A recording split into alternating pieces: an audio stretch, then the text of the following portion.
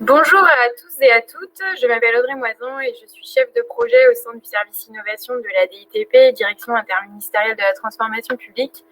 Bienvenue à tous pour ce second épisode des Mardis de l'innovation. Pour ce premier cycle, nous avons décidé de mettre à l'honneur la thématique de la ville et des territoires. Le mois dernier, nous avons donc parlé des métropoles d'aujourd'hui et de demain, et aujourd'hui, nous allons parler ensemble de la ruralité, ou plutôt des ruralités, car la ruralité est plurielle.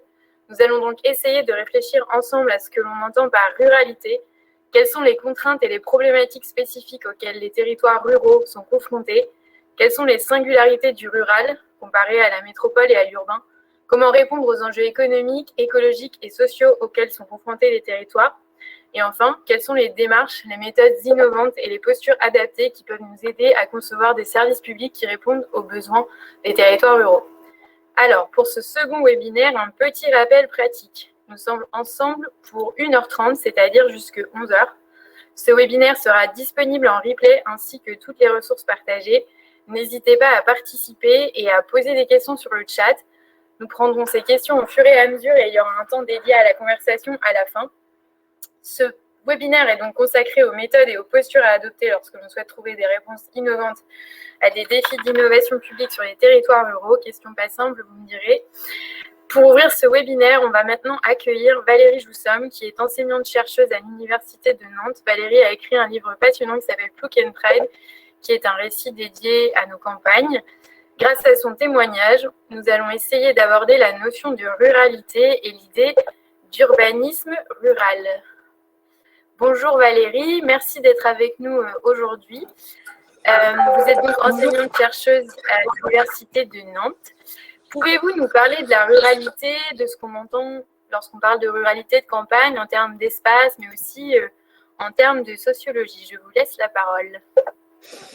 Merci Audrey. Alors, mon bouquin s'appelle Plouc Pride, un nouveau récit pour les campagnes. Et je vais essayer de partager ce matin avec vous quelques idées dans le temps imparti. Bien sûr, je ne vous parlerai pas de tout, mais je vais essayer de partager quelques idées sur... mon travail, c'est un peu comment est-ce qu'on peut penser la question du territoire et en particulier donc la question des campagnes dans la transition. En quoi le territoire, la question territoriale participe bien sûr et de façon très importante à la transition, à la question de la transition. Je vais essayer de partager avec vous un peu mon regard sur la ruralité à travers 5 idées là. Je vous les liste et puis après je développerai. Donc la première idée que je vais essayer de partager avec vous, c'est que nous sommes dans un contexte de renversement des imaginaires. Deuxièmement, que ce renversement des imaginaires traduit une sortie de l'ère de la modernité. Troisième idée, c'est qu'on rentre donc dans un nouveau monde et que ce nouveau monde, en fait, pour le penser, il nous faut nous appuyer sur nos ressources et ça passe par des formes de résurgence des mémoires. La quatrième idée que je développerai, c'est de poser la question quel est le désir résidentiel aujourd'hui, avec une petite idée de droit au village. Et enfin, je terminerai en essayant de montrer qu'on rentre dans une sorte de nouvel âge de la ruralité. Alors, la première idée à retenir pour moi, c'est qu'il y a un renversement des imaginaires. On a vécu, on va dire, je caricature un peu vu le temps imparti, mais vous me pardonnerez. Donc, le XXe siècle, c'est l'ère de la modernité. Et la modernité, dans la modernité, le champ de l'imaginaire de la modernité, c'est associé à la ville. Et l'idée d'une vie meilleure sur le XXe siècle, c'est une vie qui, socialement et économiquement, était plus riche, plus diversifiée, plus prometteuse en fait. Une vie meilleure, c'était avoir plus. Et aujourd'hui, on voit qu'on est sur un renversement de cet imaginaire, puisqu'aujourd'hui, une vie meilleure, au fond, espérer une vie meilleure, c'est espérer peut-être une vie plus douce. Et donc, on a une réorientation du désir vers les campagnes. Nous sommes en train de sortir du champ de l'imaginaire, pour reprendre les mots du sociologue Jean Viard, on est en train de sortir du champ de l'imaginaire de la modernité. Donc, renversement historique de l'imaginaire. Et pour moi, en fait, ce renversement des imaginaires, globalement, il exprime, il montre, oui, il confirme en fait que nous sommes en train de sortir de l'ère de la modernité. Alors, qu'est-ce que je veux dire par là? Pour moi, dans la façon d'être au monde des êtres humains, j'essaie de l'expliquer plus en détail. Là, je vais aller très rapidement. Il y en a 3 et on est en train de rentrer dans une 4e possibilité peut-être. Bon, la première possibilité, je ne vais pas en parler, ce sont les chasseurs-cueilleurs, c'est l'ère sauvage, bon, mais on va dire qu'en Eurasie, ça n'existe plus depuis tellement longtemps que voilà. Donc, nous avons été ensuite des paysans. L'ère paysanne, elle a duré plusieurs millénaires, avec une culture paysanne, des cultures paysannes extrêmement variées selon les écosystèmes, selon les systèmes familiaux, etc. Et cette ère paysanne, elle s'est effondrée avec la révolution industrielle, donc la maîtrise mécanique du feu et donc la modernisation, la diffusion de la culture moderne à partir donc, du 19e siècle. Et donc, on a connu un effondrement de l'ère paysanne, un effondrement de la ruralité, telle qu'elle était de la ruralité paysanne entre 1850 et 1950. Donc, voilà, les campagnes sont rentrées dans l'ère de la modernité avec le XXe siècle, comme l'ensemble de la société. Hein, moi, on dit toujours les campagnes ont été urbanisées, les campagnes n'ont pas été urbanisées, elles ont été acculturées par la modernité. Et donc, cette ère de la modernité, elle a des caractéristiques. Bon, ben, c'est la mobilité. On va dire, l'ère paysanne, c'était localité, communauté, réciprocité comme mode relationnel. L'ère de la modernité, c'est mobilité, individualité, marchandisation. Bon, je ne vais pas refaire l'histoire de la France moderne. Voilà. Aujourd'hui, depuis la révolution numérique, donc grosso modo 1990, le World Wide Web, tel qu'on le connaît aujourd'hui, eh bien, la révolution numérique nous va produire une sortie de l'ère de la modernité avec un effondrement de la modernité, puisque la modernité est construite sur le matériel, le matérialisme. Or, la révolution numérique, elle est immatérielle. Donc, je ne développe pas plus, mais pour moi, on est en train de quitter l'ère de la modernité pour rentrer dans une nouvelle ère, une nouvelle culture. Nous allons être transformés par la révolution numérique. Et donc voilà, et notre culture va connaître un effondrement pour se recomposer dans une nouvelle société. De la même façon que les sociétés paysannes ont déjà connu un effondrement, donc à la fin du 19e siècle, début du 20e. Donc, nous sortons de l'ère de la modernité. Mais, pour le moment, en fait, nous savons d'où nous partons, mais nous ne savons pas où nous allons. Donc, nous marchons vers l'inconnu. C'est-à-dire que sur tout le XXe siècle, grosso modo, nous étions dans un monde avec un futur qui était très lisible, puisque ce futur, il était sur le plus qui apportait le mieux. Donc, il était sur un progrès technique matériel qui allait apporter un mieux-être social et tout ça. Donc, le futur était relativement lisible. Donc, les principes de l'aménagement, c'était apporter des réponses à un futur connu. Donc, c'était l'aménagement des ingénieurs. Aujourd'hui, le problème est très différent puisque nous allons vers un futur qui est inconnu. Le futur n'est pas lisible. Et donc, les ingénieurs qui sont formés à apporter des réponses ne peuvent rien pour le moment à nos problématiques d'aménagement. Nous allons vers quelque chose d'inconnu. Quand nous allons vers quelque chose d'inconnu, comment faire? Eh bien, la seule solution, c'est de s'appuyer sur ses ressources. Et donc, la transition aujourd'hui, elle s'opère parce que qu'est-ce que c'est les ressources? Au fond, les ressources, c'est notre acquis, c'est donc notre passé. Donc, en fait, la transition, elle s'opère par des formes de résurgence des mémoires.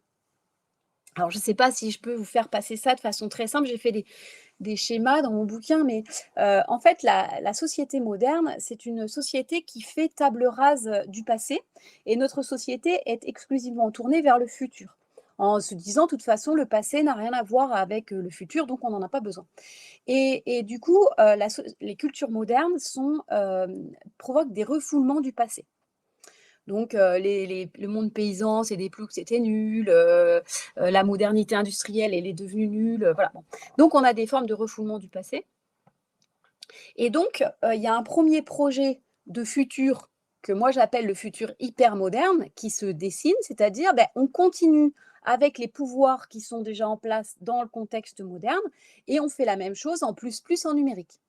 Donc là, on est sur un projet hyper moderne, on vit tous dans des mégapoles, le portable ne suffit plus, on va l'intégrer sur nous par des formes de puces, etc. Donc c'est un peu l'humain augmenté, l'humain cyborg, c'est la technologie plus, etc. Donc, il y a un premier futur qui est au fond, on essaye de garder les cadres et les pouvoirs de la modernité et on continue comme ça.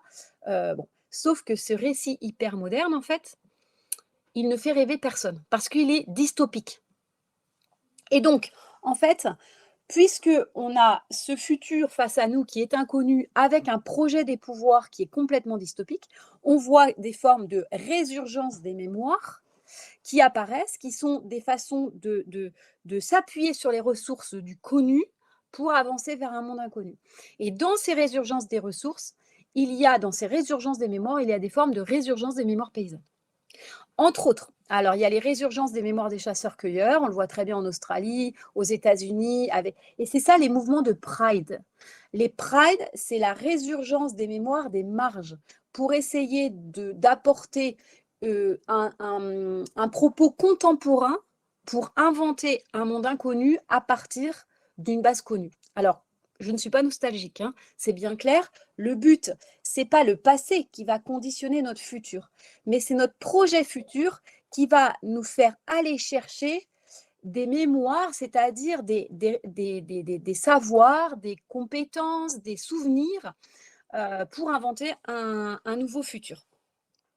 Et donc, on voit par là que les marges, en fait, c'est tous ces mouvements de Pride. Donc, il y en a de multiples.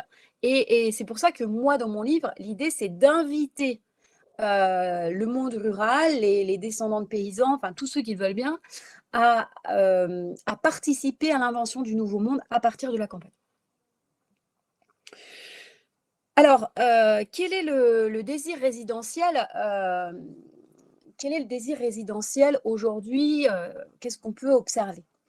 Alors, il y a plusieurs possibilités. Le premier, c'est, on va dire, ça c'est l'idée la plus ancienne et la plus courante, c'est de dire les gens qui choisissent d'habiter à la campagne, ce sont des gens qui veulent une vie moderne, ils veulent la même vie qu'en ville, mais à la campagne. Ça, c'est une approche, donc c'est ce qu'on a depuis 50 ans, hein. Donc, c'est l'approche par les équipements. Et donc là, on va être dans une logique qu'il faut équiper, c'est-à-dire qu'il faut apporter dans les campagnes le même confort qu'en ville, parce que les gens, ils veulent la même vie, mais à la campagne. Bon. Donc, pourquoi pas? Je ne suis pas contre, hein. C'est simplement d'essayer d'élargir, en fait, l'idée. D'accord? Donc, premièrement, voilà, ils veulent une vie moderne au vert, et donc il faut avoir une politique d'équipement. Ça, c'est ce qui est ultra connu, c'est ce qui est fait par les élus et tout ça, tout ça. Deuxième idée, c'était un peu l'idée de Jean Viard dans les années 2000, c'est de dire les gens qui viennent habiter à la campagne à partir des années 90, en fait, c'est plus le mouvement périurbain, c'est des formes de retour à la campagne. Et là, Jean Viard dit c'est l'imaginaire du tourisme. C'est-à-dire que les gens qui viennent à la campagne veulent être comme en vacances. Donc, vous voyez que si vous êtes sur cette approche-là, vous allez faire un développement local qui n'est plus sur une logique productive, mais qui est sur une logique résidentielle, et vous allez travailler à la qualité du cadre de vie, à la qualité paysagère du cadre de vie. D'accord? Donc, les gens, ils veulent être en vacances comme en vacances. Cette théorie de Jean Viard, elle date de 2001, donc vous voyez, ça fait 20 ans. Et donc, moi, j'ai reposé la question, qu'est-ce que désirent aujourd'hui les gens qui choisissent une vie à la campagne? Et il me semble qu'on peut encore aller plus loin dans, vous voyez, une forme de dématérialisation des désirs. C'est-à-dire, on part d'un désir matériel, la même chose qu'en ville, mais à la campagne, quelque chose de plus, voilà, un désir d'être en vacances. Et pour ma part, je pense qu'on va encore vers une société, on passe d'une société de l'avoir à une société plutôt de l'être. C'est pas avoir plus pour être mieux, c'est être mieux. Et donc, moi, je suis repartie de la théorie des besoins humains fondamentaux. Donc, je pense que vous connaissez tous la pyramide de Maslow, c'est super connu. Sauf que la pyramide de Maslow, elle a été récusée et comment dire, améliorée. Donc, les 4 premiers besoins sont confirmés. Donc, les besoins de survie sont confirmés. Donc, le premier besoin, c'est les besoins de survie, hein, boire, manger, dormir, se reposer, faire ses besoins, éviter la maladie. Les deuxièmes, c'est les besoins de protection, se repousser la violence, donc avoir un abri physique, familial, psychologique, financier. Ensuite, on a des besoins d'estime et de statut, être reconnu comme une personne unique. Donc ça, Maslow l'avait dit. Mais ensuite, Maslow a complètement ignoré toute la pulsion de reproduction. Donc ensuite, l'humain a des besoins de rencontre. Il a des besoins de continuité parce que les êtres humains ont peur de la perte de tout, du partenaire, mais du statut, etc. Et enfin, des besoins de postérité, c'est-à-dire repousser la mort quand bien même elle est inéluctable. Et donc, en fait, ce que j'ai essayé de montrer, c'est que aujourd'hui se pose, pour moi, aujourd'hui, notre société ne satisfait plus les besoins humains fondamentaux. C'est-à-dire que les besoins de survie, ce n'est pas tellement la quantité de nourriture, mais c'est la qualité. Est-ce que ce que je bois est sain? Est-ce que ce que je respire est sain? Est-ce que ce que je mange, est-ce que l'environnement électromagnétique est sain? Est-ce que je ne risque pas la maladie? Vous voyez comment l'expérience du Covid sur l'année 2000 qui vient de passer a montré en fait les difficultés, par exemple, des fortes densités et des contextes urbains. Les besoins de protection ne sont plus assurés. En fait, les sociétés paysannes, la protection, elle était assurée par la communauté familiale. Avec la société moderne, c'est le collectif national qui a assuré la protection. Aujourd'hui, on est dans un démantèlement complet des protections. Donc, fin des contrats de travail cadrés, fin des retraites, fin de l'enseignement gratuit, fin de plein de choses. Donc, on a un démantèlement complet des protections. Donc, la violence sociale, elle est très importante, la précarité. Si on est en précarité, on recherche la communauté. Ça va de pair. Le contraire de la liberté, c'est c'est la sécurité. Hein. Donc, si on enlève les sécurités, on va chercher des sécurités ailleurs. Les besoins d'appartenance et d'affiliation dans une société de la jetabilité, même d'être reconnu comme un être unique, vous comprenez que dans une société de la jetabilité permanente de tout le monde, eh bien, ça ne fonctionne plus. Et puis, bien sûr, tous les besoins de postérité. On est dans une société très nihiliste. Donc, on va dire que les aspects, on va dire spirituels, ont été sortis du champ social depuis le début de la modernité, mais toute la postérité sociale, c'est-à-dire aux grands hommes, la patrie reconnaissante, et tous ces éléments-là n'existent plus. On est dans une société, au fond, assez nihiliste où, quand on a des problèmes existentiels, on nous conseille d'aller faire les soldes pour oublier tout ça.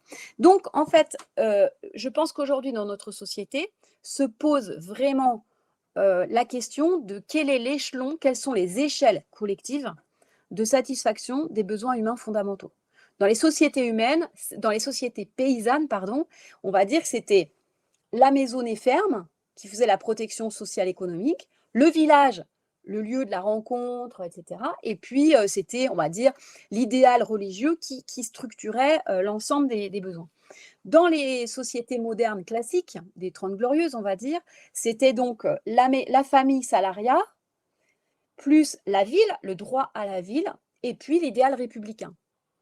Aujourd'hui, tout ça est démantelé. Et donc, se pose la question aujourd'hui, c'est pour ça qu'on voit la notion d'un retour au droit au village, c'est-à-dire c'est une interrogation aujourd'hui sur quels sont les échelons pertinents pour organiser collectivement une vie bonne pour tout à chacun.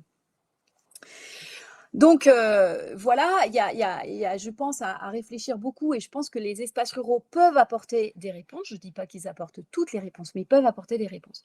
Et puis enfin, je dirais pour clore, ma dernière idée, c'est que les espaces ruraux sont en train de rentrer donc dans un nouvel âge. Alors le premier âge des espaces ruraux, ça a été les ruralités paysannes. Les ruralités paysannes, elles ont disparu dans les années 60. Ensuite, les espaces ruraux sont rentrés dans l'ère de la modernité, donc c'est l'âge des campagnes modernes. Au sein de ces campagnes modernes, pour moi, il y a deux phases. Il y a premièrement, on va dire les 30 glorieuses, les campagnes productives modernes, donc modernisation de l'agriculture, industrialisation des petites villes. Ça, c'est les campagnes productives modernes qui étaient considérées comme super par rapport aux campagnes paysannes qui étaient archaïques. Ensuite, il y a dans les années plutôt 75-90 les campagnes résidentielles modernes, c'est-à-dire le périurbain, donc l'essor du périurbain. Donc ça, c'est considéré comme super et les campagnes isolées, loin des villes, sont considérées comme absolument nulles. Donc ça, ce sont les campagnes modernes. Et nous sommes en train de sortir de cet idéal des campagnes modernes. Nous sommes en train de rentrer dans les ruralités, moi que j'appelle bohème. Le mot bohème, c'est le mot qui positivement désigne tout ce qui n'est pas moderne, tout ce qui n'adhère pas à la culture moderne. Donc, on est en train de passer dans la troisième phase des ruralités, la troisième ère des ruralités, les ruralités bohèmes qui sont en train d'émerger. Donc là, on l'a vu à partir des années 90, les paradis verts considérés comme beaux, etc., versus les campagnes défigurées par la modernité qu'on va commencer à appeler la France moche. Donc ça, c'est voilà, et je pense que ça va continuer. Et on va vers finalement des campagnes altermodernes, des campagnes alors bohème. Alors ces campagnes bohèmes, pour moi, elles conjuguent des éléments écologiques, des éléments de convivialité, des éléments de qualité de soins de l'être, de protection, etc. Et donc, comme vous pouvez le voir, c'est-à-dire que les campagnes paysannes qui ont été ringardisées par la modernité, où c'était mieux d'être une campagne moderne, eh bien, on voit que finalement, ce sont les campagnes qui sont restées dans leur jus, qui ont le plus de qualité pour être aujourd'hui désirables. Donc, un renversement complet des imaginaires et donc des territoires. Merci Valérie pour ce témoignage hyper intéressant. Du coup, on comprend bien que la ruralité, c'est pluriel, qu'il y a différents types de campagnes et que les gens qui viennent habiter à la campagne n'ont pas forcément tous la même vision de la campagne et les mêmes besoins et que du coup, c'est une question assez dense et assez complexe. Pour ceux qui veulent en savoir plus, je vous conseille de lire le livre de Valérie et sinon, il y a aussi des témoignages de Valérie qui a fait une intervention au CAUE de l'Eure, je crois. Ah oui. Ça vous permet d'en savoir plus sur l'urbanisme rural, c'est ça une notion qu'on a. Et puis j'ai fait des petites vidéos aussi, peut-être j'y repense là tout d'un coup. J'ai fait des petites vidéos avec le conseil de développement du conseil départemental de Loire-Atlantique qui s'appelle Imagine LA. Je pourrais vous les mettre en lien si vous voulez. Tout à fait. Ben, n'hésitez pas à les partager sur le chat et de toute façon, pour ceux qui veulent en savoir plus, on mettra toutes les liens et les références abordées pendant ce webinaire en ligne avec le replay et comme ça vous pourrez à loisir découvrir encore plus de choses et vous informer sur le sujet. Merci beaucoup pour votre témoignage Valérie et merci d'être venue avec nous aujourd'hui. Donc après avoir abordé les singularités des espaces ruraux en termes d'urbanisme, d'histoire, de sociologie, mais aussi en termes d'imaginaire, une notion qu'on n'a pas forcément l'habitude d'aborder. Nous allons maintenant réfléchir aux méthodes qui peuvent permettre aux habitants, aux décideurs publics et aux agents publics de mieux répondre aux besoins des territoires ruraux. Et on se rend compte que ce n'est pas une chose facile puisque tout le monde n'a pas les mêmes besoins et que les territoires sont très différents les uns des autres. Nous allons donc réfléchir à l'apport du design comme une méthode qui peut permettre de répondre aux besoins de ses habitants et de répondre à des problématiques de politique publique. Je laisse donc la parole à Romain Thévenet, qui est designer chez DTA. Romain a cofondé la 27e région et travaille aujourd'hui sur de nombreuses démarches de design dans les territoires avec des acteurs locaux du secteur privé, mais aussi du secteur public. Bonjour Romain, merci d'être avec nous. Vous êtes designer et vous avez écrit aussi votre mémoire sur le design et le développement local. Vous avez également cofondé la 27e, comme on vient de le dire. Pouvez-vous nous décrire une démarche d'accompagnement en design dans le cadre d'un projet tourné vers le monde rural? Oui, merci. Lisa, je vais vous demander de mettre les slides parce que moi, je ne suis pas un chercheur, j'ai besoin de je suis plutôt un faiseur d'images, donc je suis plus à l'aise avec des photos, mais je peux commencer en vous expliquant que moi, j'ai grandi en milieu rural, j'ai grandi dans le Charolais. Et j'avais pris cette photo pendant mes études qui pour moi, marquait bien que, en fait, la ruralité, je ne l'avais pas croisée pendant 7 ans d'études en design. notamment à Paris, à l'ENSI. Et comme si le design, c'était forcément tendance et donc urbain, et la ruralité, c'était forcément has-been. Et j'ai fait du coup un défi. Est-ce qu'on peut passer les slides rapidement, de rendre cette ruralité plus agréable, plus confortable, plus désirable, y compris pour les habitants qui habitent sur place. Est-ce qu'on peut continuer? Donc, j'ai écrit ce mémoire qui s'appelle Design et développement local, mais je commençais par un gros travail de compréhension de ce qu'étaient les territoires de projet et la notion de pays. Je crois qu'Anne reviendra là-dessus, mais c'était assez intéressant pour moi qui faisais du design de service de me dire, tiens, il y a des endroits où on produit du service de la politique publique, du développement, mais peut-être que, est-ce qu'on peut mettre la slide après? Du coup, c'était l'idée de comprendre comment le design peut apporter à ce développement local avec des méthodes de conception créative. On continue. Donc après, oui, avec Stéphane Vincent, on a monté la 27e région et parmi les programmes qu'on a mis en place, on a créé Territoire en résidence. Est-ce qu'on peut passer l'image d'après? Et du coup, l'idée, c'était de faire un certain nombre de projets en partenariat avec différentes régions. Et à cette occasion, on a pas mal travaillé sur des territoires ruraux pour montrer que voilà, ces méthodes pouvaient avoir leur place dans ces territoires. Est-ce qu'on peut continuer? Donc là, c'est un autre programme qu'on avait monté qui s'appelait la Transfo, donc en partenariat avec la région Bourgogne. Donc, ce n'était pas encore à l'époque Bourgogne-Franche-Comté. Et donc, pendant presque 2 ans, on a travaillé sur les villages du futur, mais je ne vais pas forcément m'attarder là-dessus. Sachez juste qu'il y a un livre qui est sorti à la documentation française, et Anne vous en dira plus sur ce que ce programme, qui est au départ un programme régional, a donné comme enfant à travers les villages du futur dans le Nivernais-Morvan. On continue. Alors, j'ai l'impression qu'il y a pas mal de gens qui ne voient pas les slides, mais je ne sais pas si… Est-ce que ceux qui voient les slides peuvent témoigner aussi? Ça nous rassurerait.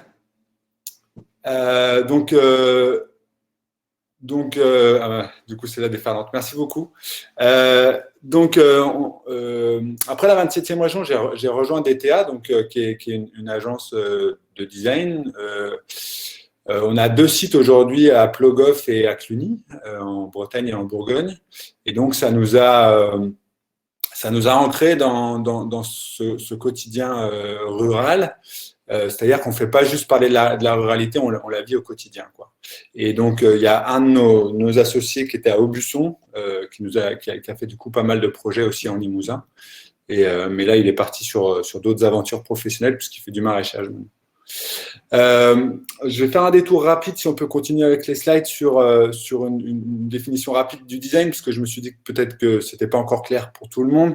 Moi, j'aime bien cette définition de Joe Colombo qui dit « Le design, c'est ce qui rend la technique aimable ». Et si on peut passer à la slide d'après, moi, je ne fais plus d'objets, de produits depuis longtemps, mais du coup, la définition que je pourrais donner du design qu'on appelle design territorial, mais qu'on peut appeler design de politique publique à d'autres moments, parce qu'on ne travaille pas non plus que pour des territoires, ce serait de dire c'est ce qui rend le développement local aimable. Alors, ça ne veut pas dire qu'il est mésaimable d'habitude, mais ça veut dire qu'on essaye de mettre un peu plus de couleurs, d'esthétique, de qualité, d'envie dans des projets de développement local. Est-ce qu'on peut continuer? Donc là, c'est un schéma un peu rapide, mais pour expliquer ce qu'est le design, dans la démarche. Donc, c'est une démarche itérative, d'où le cercle, c'est-à-dire qu'on réfléchit, on met en place, on réfléchit, on met en place. Donc, c'est comme ça des cercles. Mais ce qui est important de comprendre, c'est que nous, on ne va pas mettre des mois à définir des choses pour les mettre en place après. On fabrique et c'est ça qui nous permet de réfléchir. C'est une façon de travailler un peu différente. Donc, on repart de l'expertise d'usage et rapidement, on a des objets, des protos, des idées qu'on met en forme et qu'on met à tester avant même de savoir s'ils sont vraiment pertinents. C'est par la forme et par le test qu'on peut avancer dans les projets. Est-ce qu'on peut continuer? Donc rapidement sur 4 grandes thématiques. Donc c'est toujours une approche de terrain, on appelle ça l'immersion. On va alors on n'est pas des sociologues, hein, ce qui nous intéresse, c'est pas forcément de tout comprendre dans la complexité, mais c'est de repartir vraiment, de mettre nos pas dans les pas des gens à qui on s'adresse. On continue. Donc c'est une méthode créative, hein, c'est la conception créative. On passe beaucoup par le dessin, l'image, la photo. Ça c'est important comme manière de s'exprimer. Ça rajoute un troisième langage à l'écrit et à l'oral. Est-ce que Lisa, on peut continuer? Merci. Et on fait rapidement des protos, des tests, et on continue ensuite avec des préconisations pour pouvoir développer ensuite des nouveaux projets. Est-ce qu'on peut continuer? Donc, j'aime bien cette image parce que je vous ai montré un schéma très cadré de ce qu'est une démarche en design. En vrai, en général, elle est plus complexe que ça, quoi. Voilà pour répondre à votre première question, Audrey. Alors, du coup, on comprend mieux les singularités du design et la façon dont vous en êtes arrivé là. Au vu de votre expérience en tant que designer et votre expérience professionnelle et personnelle, donc quelles sont selon vous les singularités des territoires ruraux, mais dans une démarche plus design, quoi, d'observation, de terrain, etc., qui peut nous éclairer et être complémentaire à ce qu'on a déjà évoqué avec Valérie tout à l'heure?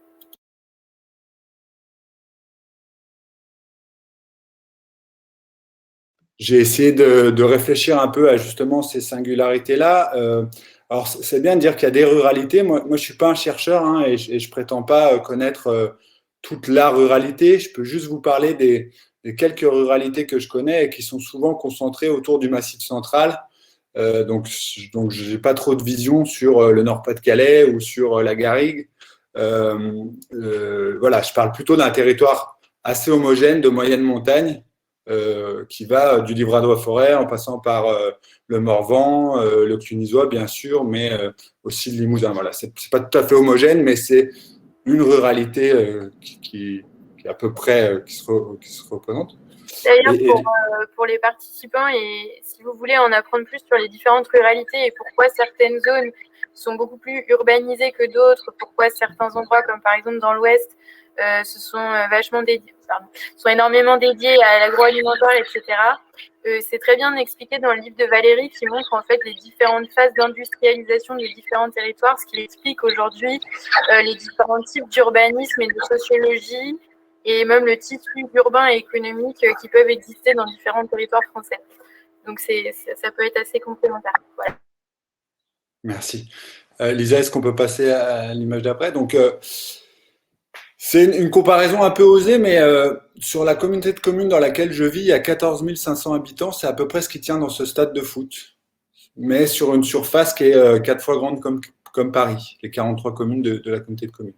Ça veut dire qu'on est à une densité de 32 habitants par kilomètre carré. Ça représente 6 personnes sur l'ensemble du stade. Donc voilà, dans cette image, ça vous permet de vous projeter un peu. Et je pense que c'est important de dire que ça, c'est une caractéristique essentielle et qui fait finalement la principale différence. Alors, c'est pas la seule, mais voilà, je voulais partir de celle-là. Lisa, est-ce qu'on peut changer? Donc, le premier projet en design que j'ai été amené à faire sur la ruralité, c'était mon projet de diplôme qui s'appelle Faire Compagnie. Et du coup, l'idée, c'était justement de partir de cette distance entre les habitants pour essayer de mettre en place un dispositif d'entraide entre voisins, outillé par le numérique. Et du coup, ce projet, il existe aujourd'hui encore à l'Orme. Si vous tapez fairecompagnie.fr, vous verrez que, alors je ne sais pas, peut-être Anne qui est pas très loin géographiquement pourra nous dire ce qu'il en est aujourd'hui, mais voilà, ça a été développé par les acteurs du terrain.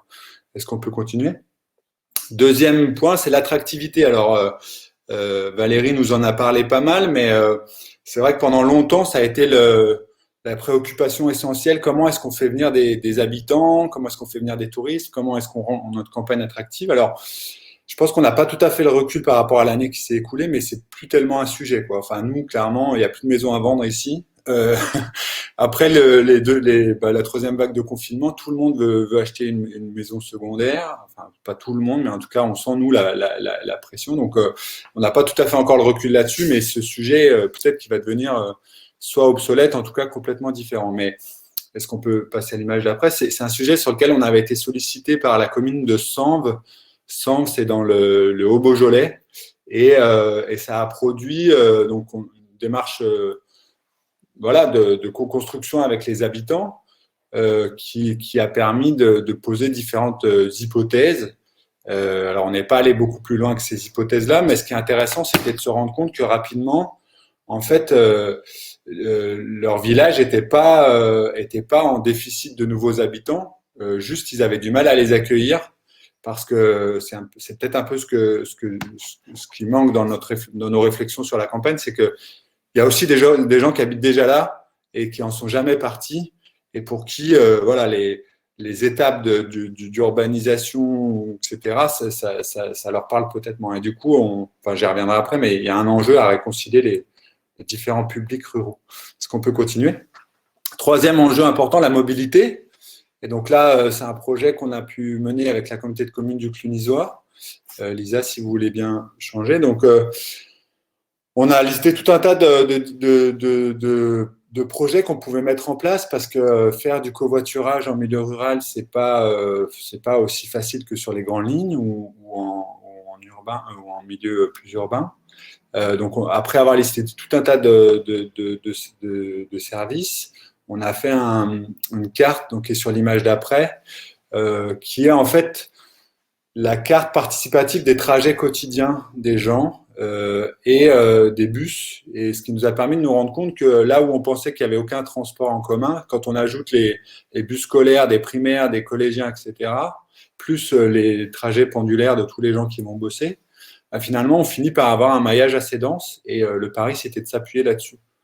Est-ce qu'on peut passer à l'image d'après? Et donc aujourd'hui, le Clunisois et deux autres communautés de communes ont mis en place ce dispositif qui s'appelle Ça roule chez nous.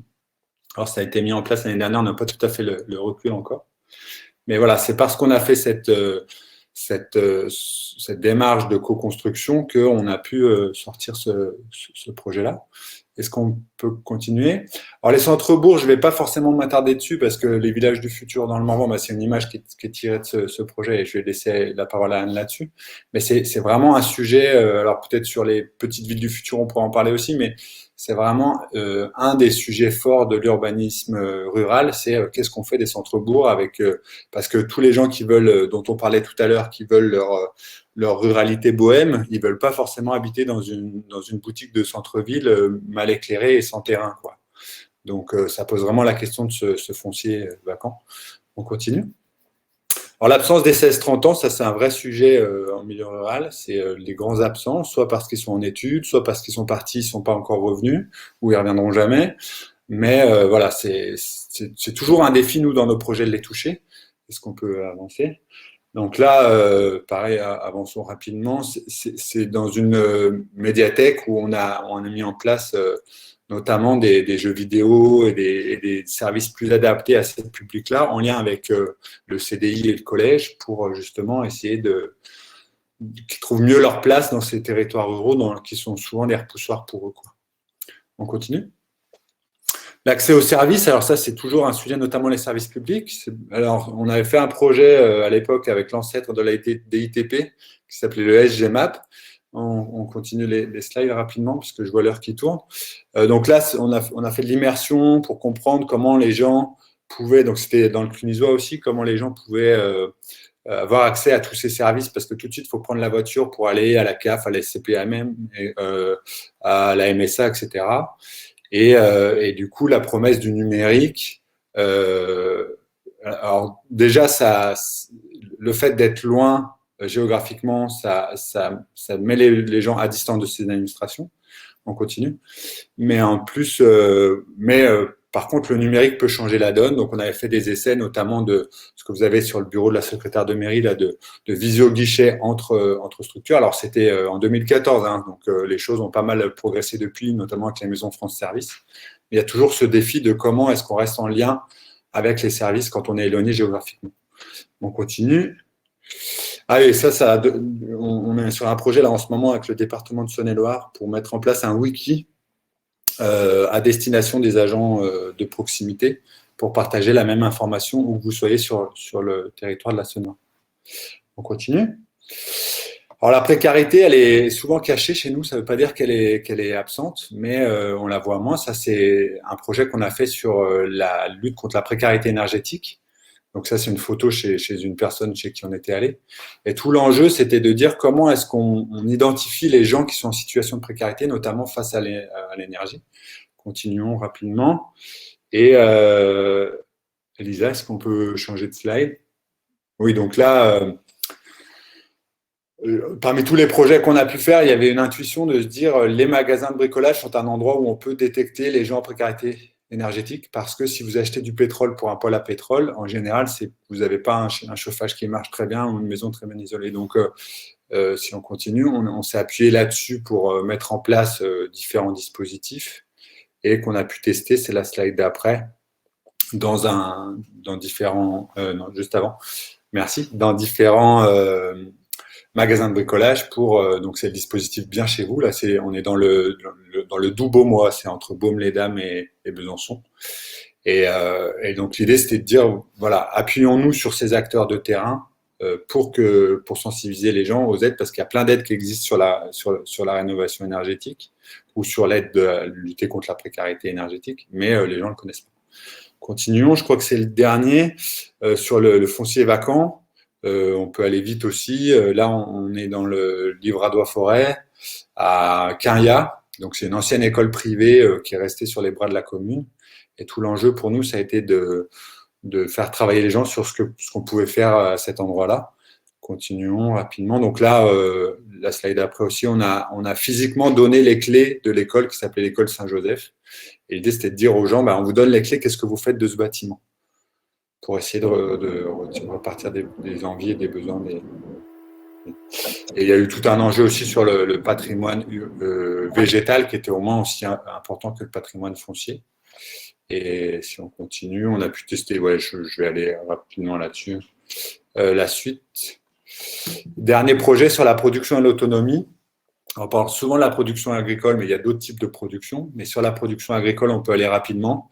Mais on a pu faire des projets sur les circuits courts pour les cantines. Et donc, tout l'enjeu pour nous, ça a été de rendre visible tous les différents producteurs dans les cantines et mieux travailler avec eux. Donc, c'est l'image et l'objet qui peuvent donner plus de sens à ces projets de développement local. Et au vu de ce que vous venez de nous dire, Romain, selon vous, pourquoi est-ce que le design c'est une méthode particulièrement intéressante dans le contexte de projets initiés dans des milieux ruraux? Pourquoi cette méthode, elle a vraiment une plus-value et une importance?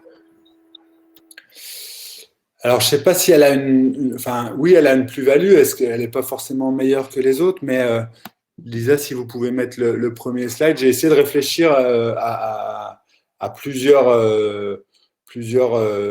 raisons. Alors, cette image, c'était surtout pour vous dire que je ne suis pas un chercheur, donc c'est très subjectif. Et contrairement aux travaux de Valérie, moi, c'est plutôt de l'empirique. Mais du coup, la slide d'après, Lisa, s'il vous plaît, c'est l'idée de dire, en milieu rural, les projets, ça impacte vraiment les gens. Alors, j'essaie de définir ces notions-là sans opposition à la ville. Et pourquoi ça impacte vraiment les gens? Parce que, il y a peu d'habitants sur le territoire, donc ils vont tous plus ou moins être concernés par un sujet. Et du coup, le deuxième point, c'est la pensée transversale que nous, on essaye d'apporter. Elle est primordiale parce que vous ne pouvez pas avoir un lieu, une fonction. Comme il y a moins d'habitants, donc moins d'usagers potentiels, vous n'allez pas construire un équipement, vous ne pouvez pas vous adresser à un segment de population en particulier.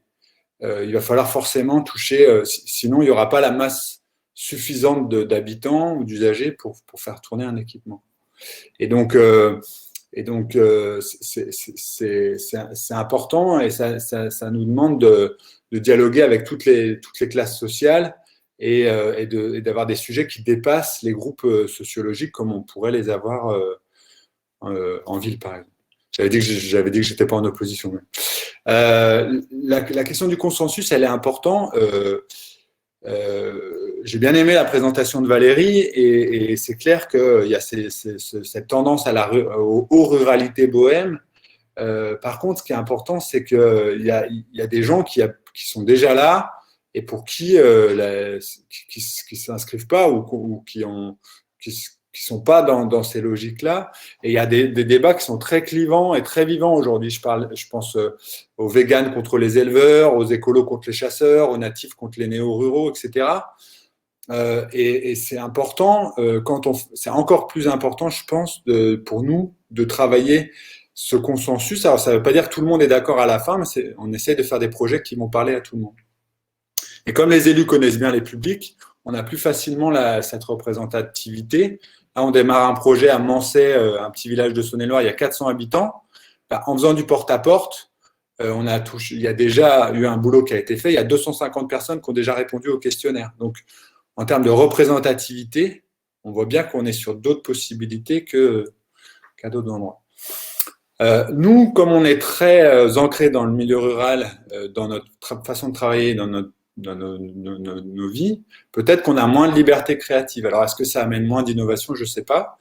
Et je trouvais ça intéressant de dire que ça ne veut pas dire que l'innovation n'est pas possible en milieu rural, mais nous, la manière dont on travaille, parce qu'on est très en prise directe avec la population, on a souvent des projets qui sont moins en décalage peut-être que d'autres praticiens parce qu'on a ces contraintes et on intègre plus ces contraintes au quotidien.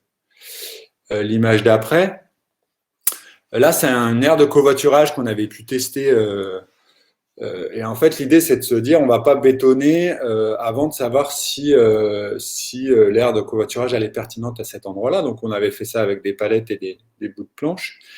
Et nous, dans la manière dont on travaille, on fait souvent ce qu'on appelle du quick and dirty. Alors, j'ai pas le temps de rentrer dans les détails de ce truc-là, mais c'est l'idée de faire du proto rapide pour tester rapidement. Et comme souvent les budgets sont plus restreints dans le développement local en milieu rural, ça nous oblige à faire plus preuve d'ingéniosité et d'être plus dans du rapide et pas cher.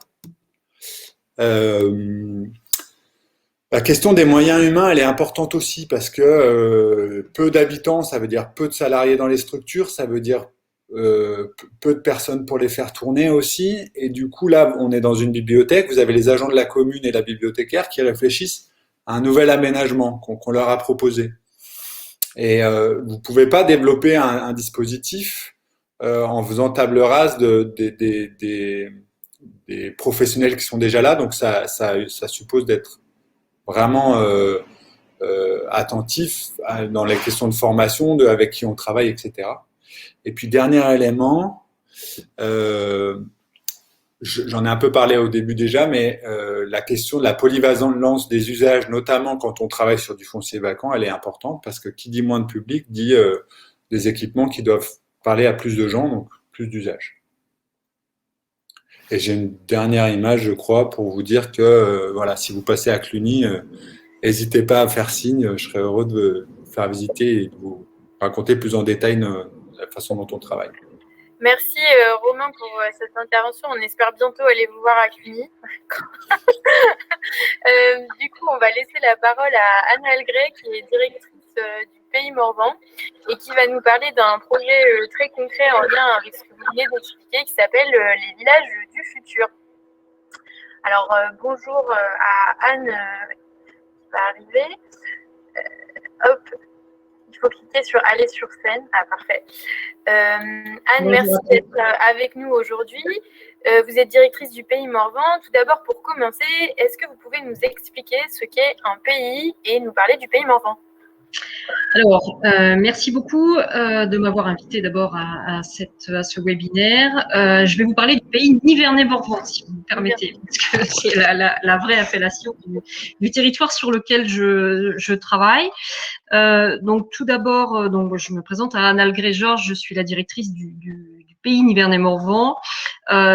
Juste pour vous présenter peut-être de manière d'abord géographique ce qu'est le pays Nivernais-Morvan. On est sur la partie très rurale de la Nièvre qui couvre les 2/3 du territoire nivernais. Mais qui regroupe un tiers de la population de ce département. Donc c'est notre particularité, c'est notre ADN. On travaille sur la ruralité, on travaille sur les questions et les besoins de la ruralité. Et pour faire un petit peu mieux que Romain tout à l'heure, nous sur le Nivernais-Morvan, on n'est pas à 32 habitants au kilomètre carré, on est à 14 habitants au kilomètre carré. Donc je vous laisse imaginer ce que ça donne sur un terrain de foot. Le territoire du pays Nivernais-Morvan, c'est un regroupement de communautés de communes en fait.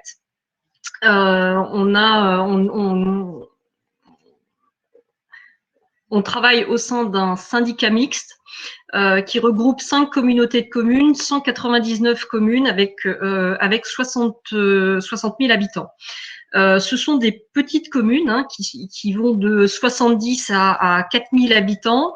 Et ce qui est intéressant dans le sujet que je vais évoquer avec vous, c'est que effectivement c'est un territoire maillé d'une vingtaine seulement de centres-bourgs qui représentent entre 900 et 2000 habitants. Mais vous comprendrez que cette petite taille de petits villages et de cœurs de bourg a toute son importance parce que c'est en son sein en fait que on concentre les commerces et les services. Puis juste pour finir sur la partie géographique, voilà, on est couvert par moitié sur le parc naturel régional du Morvan. Voilà, si on peut passer à l'autre slide. Donc plus qu'un territoire géographique, le pays, la structure pays, c'est avant tout un territoire de projet en fait. Les élus se réunissent au sein de cette structure qui est le syndicat mixte du pays, ce qu'on appelle, ce que l'État appelle grossièrement un pôle d'équilibre territorial et rural. Nous, on déteste ça, on préfère l'appeler pays. Et en fait, c'est un générateur de projets, c'est un accélérateur de projets. On essaie de construire avec les élus et avec les acteurs organisés des opérations qui permettent de dynamiser la vie locale. Donc, on a construit sur ce territoire une opération collective de modernisation du commerce et de l'artisanat. Je vous en parlerai un petit peu plus dans le cadre de la démarche Village du Futur. Donc, on a initié les Villages du Futur. On est en train d'engager l'opération Territoire zéro chômeur longue durée.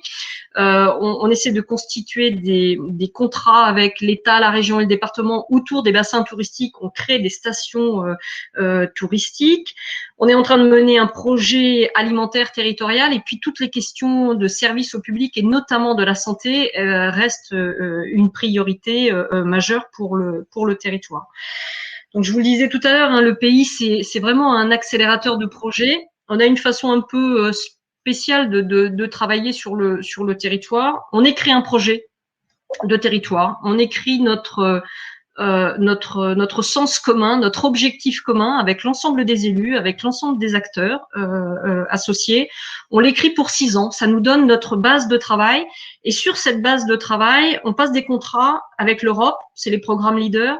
On passe des contrats avec l'État, c'était les contrats de pays, ensuite les contrats de ruralité, maintenant les contrats de relance et de transition écologique, avec la région et avec les départements, ce qu'on appelle nous en Bourgogne-Franche-Comté les contrats de pays. Et à travers ce projet et ces contrats, on arrive à accompagner pas mal de projets sur le territoire. Sur les 6 dernières années, on a réussi à accompagner 370 projets. Ça fait 18 millions de financements publics qui ont été proposés pour 48 millions de dépenses, avec un taux d'aide moyen pour les projets de 34%. Donc ça veut dire que effectivement cette organisation nous permet aussi d'optimiser, de faire de l'ingénierie financière et d'accompagner au mieux les territoires. Juste une petite comparaison. Au sein du pays, on est une petite équipe en fait de 6 cadres A, 6 chefs de projet. On a un budget de fonctionnement auquel les communautés de communes cotisent. Ça fait à peu près 90 000 € de cotisation annuelle. Quand les communautés de communes mettent 1 € pour le fonctionnement du pays, nous, on a la possibilité, ça permet d'aller chercher, en fait, via les contrats et via le projet, 31 € de crédit extérieur mobilisé pour le territoire. Voilà, d'où l'effet un peu accélérateur, fédérateur et mobilisateur du pays Nivernais-Morvan. Et du coup, dans le cadre du pays Nivernais-Morvan, vous avez été en mesure de mener à bien une dynamique et une démarche très très inspirante et intéressante qui s'appelle les villages du futur. Est-ce que vous pouvez nous parler de cette démarche, de sa genèse, de son évolution et des méthodes qui sont liées à ce projet? Oui, alors Romain, on a parlé tout à l'heure, on a été largement inspiré par la 27e région qui avait fait une résidence en Bourgogne-Franche-Comté et avait réfléchi avec les élus de la Bourgogne-Franche-Comté sur la question de la ruralité et s'était vraiment posé la question de l'aménagement de ces cœurs de bourg. On a repris cette initiative, on a repris cette idée et il est vrai que dans le cadre de l'élaboration de notre projet de territoire, en fait, pendant toute une journée, on a enfermé les élus dans un hôtel-restaurant en disant bon voilà, on va écrire notre projet de territoire. Avant de travailler de manière assez participative avec les habitants et les acteurs du territoire, on a besoin que vous nous donniez quand même les grandes orientations pour les 6 années qui viennent. Et très vite, les élus nous ont dit on a un sujet qui nous préoccupe énormément. Ils nous ont dit ça il y a 6 ans. On a un sujet qui nous préoccupe énormément sur lequel il faut qu'on arrive à travailler ensemble. C'est comment est-ce qu'on arrive à redynamiser nos cœurs de bourg. Comment est-ce qu'on arrive à les réenchanter, à redonner un peu leur vie commerciale, de service, leur vie associative, parce qu'aujourd'hui, on est dans une vraie dévitalisation de ces cœurs de bourg. Donc, quand on dit cœur de bourg, pour nous, c'est ce qu'on appelle les chefs-lieux de canton historiques, parce que les cantons ont bougé, mais nous, ça reste nos chefs-lieux de canton historiques. On est entre 900 et 2000 habitants. Et on concentre les commerces, on concentre les services et les gens autour de ces cœurs de bourg vont faire leurs courses, travaillent dans ces lieux-là. Mais aujourd'hui, effectivement, depuis une vingtaine d'années, on a une vraie, même un petit peu plus, une trentaine d'années, on constate une vraie dévitalisation de ces cœurs de bourg. Donc les élus nous ont demandé de travailler sur ce sujet-là.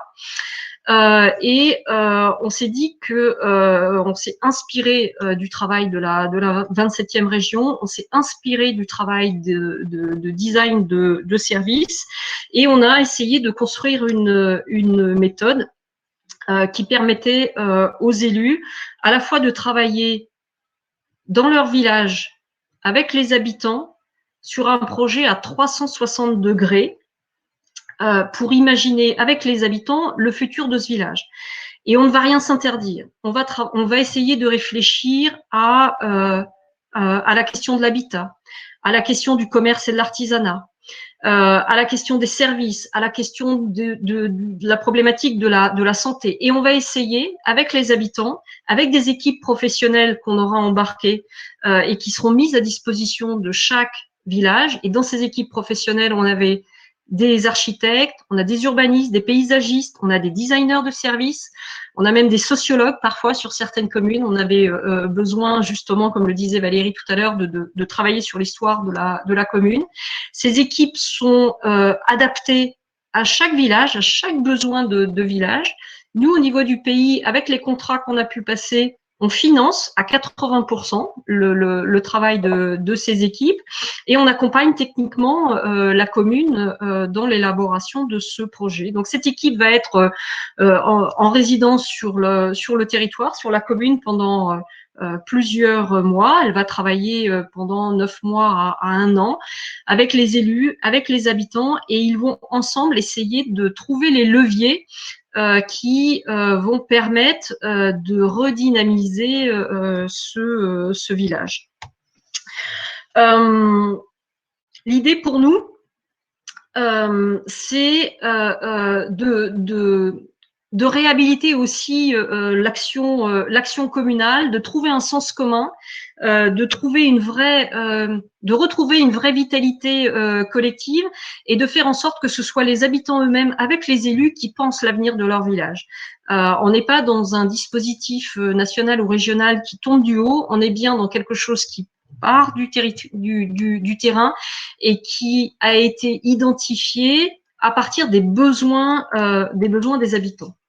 Donc, les habitants avec les élus, vont travailler pendant 9 mois, 1 an. On va faire le bilan, faire le diagnostic, échafauder différentes orientations et puis ressortir avec un programme d'action. On appelle ça, nous, le plan guide d'aménagement et d'usage et de service, qui va être un peu le fil conducteur du travail de la commune pendant les 6 à 10 années qui viennent. Et aujourd'hui, on a les premiers résultats. Quand on a proposé cette méthode aux élus en 2015, bon, on s'est dit, allez, on va tester avec 4-5 villages. Et puis au final, on a eu 14 villages qui ont levé la main. Et qui ont été intéressés pour engager cette dynamique. Donc on a été un petit peu surpris, et puis pas vraiment, puisque au final la demande venait des élus, donc il y avait une véritable attente par rapport à ça. Et en fait, on a commencé à travailler avec ces 14 villages en parallèle pour mener à bien cette revitalisation. Je vous disais tout à l'heure que on est en train d'engager des dynamiques collectives, et on l'a bien vu dans ces cœurs de bourg, à un moment où les élus, les habitants commencent à réfléchir au réaménagement des places, à réfléchir au réaménagement du bâtiment emblématique en plein cœur de village qu'il va falloir réhabiliter. Quand on commence à refaire les façades des bâtiments publics, là, on s'est aperçu que pour les commerçants qui sont au cœur de bourg, c'est difficile de réagir sur ce sujet-là. Et on s'est dit qu'il fallait qu'on arrive en parallèle à proposer aux commerçants une opération et des financements qui leur permettraient eux aussi d'entrer dans cette dynamique. Donc, on a répondu à un appel à projet de l'État au titre du FISAC, qui n'existe plus aujourd'hui, qui nous a permis de construire une opération collective de modernisation du commerce et de l'artisanat, et de permettre aux commerçants et aux artisans, eux aussi, de réhabiliter leur outil de production, de moderniser leur outil de production, mais de réhabiliter façades et vitrines avec un montant de financement à hauteur de 40% chacun. Donc ça, en parallèle, justement pour accompagner ces dynamiques collectives. On a travaillé aussi sur la question des circuits courts. Puisque on en parlait tout à l'heure avec Valérie, on est en pleine transition des économies, on va dire, au sein des territoires ruraux, et l'agriculture en fait partie. On est en train de vivre un véritable virage, une véritable transition qu'il va falloir prendre. Donc voilà, on commence à tester dans ces territoires les circuits courts, le drive rural, les locales paysans. Voilà, c'est des sujets qui commencent à fonctionner. On a, en termes de premiers résultats, évidemment, les élus ont été très attentifs aux bâtiments emblématiques. Dans chaque village, on a un bâtiment emblématique qu'il convient de réhabiliter. Donc voilà, ça a été l'occasion de travailler sur ces sujets-là. Ça nous a permis aussi de répondre à des nouveaux besoins identifiés grâce au design.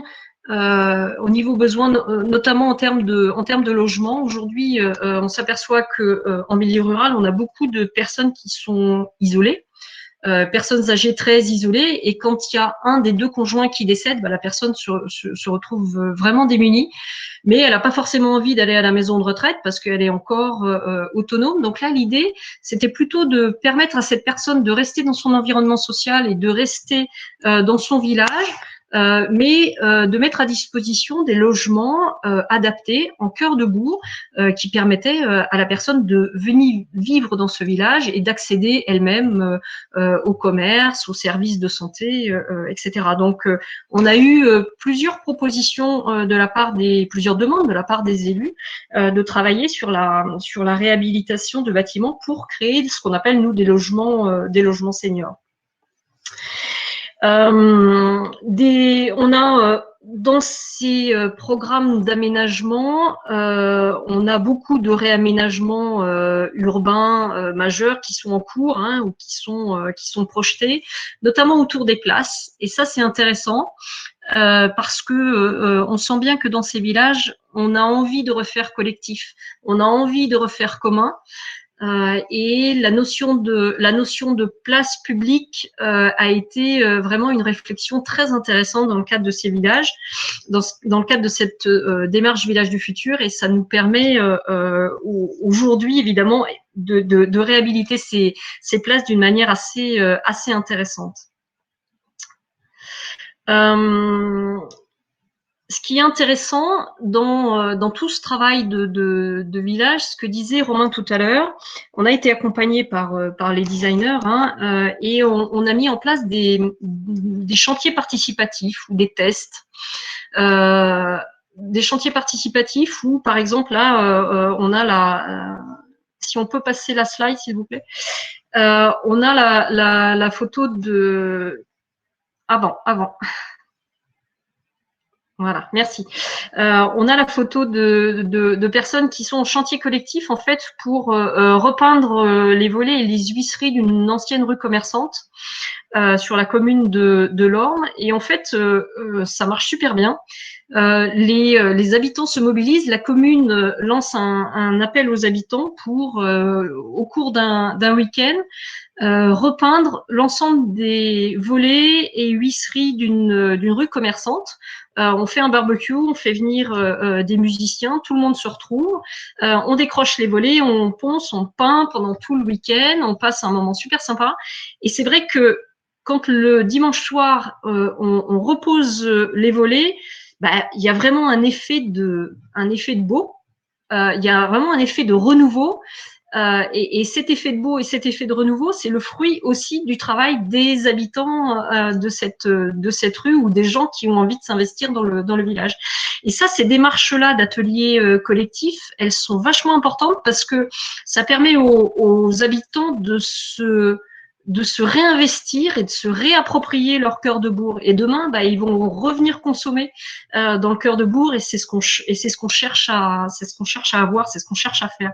Et ça, ce sont des ateliers qui sont vraiment intéressants. D'ailleurs, dans cette commune, aujourd'hui, les décors de Noël ne sont pas achetés. Ils sont fabriqués par une brigade de retraités qu'on appelle la brigade des bricoleurs. Et ils sont une quinzaine de papis, en fait, à fabriquer les décorations de Noël, qui sont d'ailleurs magnifiques. Donc ça crée de l'envie, ça crée de l'envie de participer au collectif. Et ça, on a besoin de retrouver ça. Alors d'autres résultats, hein, sur la question du numérique aussi, puisqu'on a créé un centre de ressources pour développer les usages numériques, la mission numérique. On a travaillé avec les écoles, on a appelé ça les écoles connectées. Alors là, c'est pareil. L'idée pour nous, c'est pas de faire un appel à commun pour acheter en gros 70 ordinateurs et les mettre dans les écoles. Non, pas du tout. On essaie à chaque fois de faire du sur-mesure et de faire vraiment dans la dentelle. On travaille avec le maître d'école, la maîtresse, à un projet pédagogique, et en fonction de son projet pédagogique, on va identifier le matériel dont elle a besoin, il ou elle a besoin, et on va lui permettre d'acquérir par des financements publics qu'on ira chercher le matériel dont elle a besoin. Donc c'est un gage de réussite, c'est un gage d'implication, et c'est un gage d'utilisation aussi du matériel qui sera bien utilisé.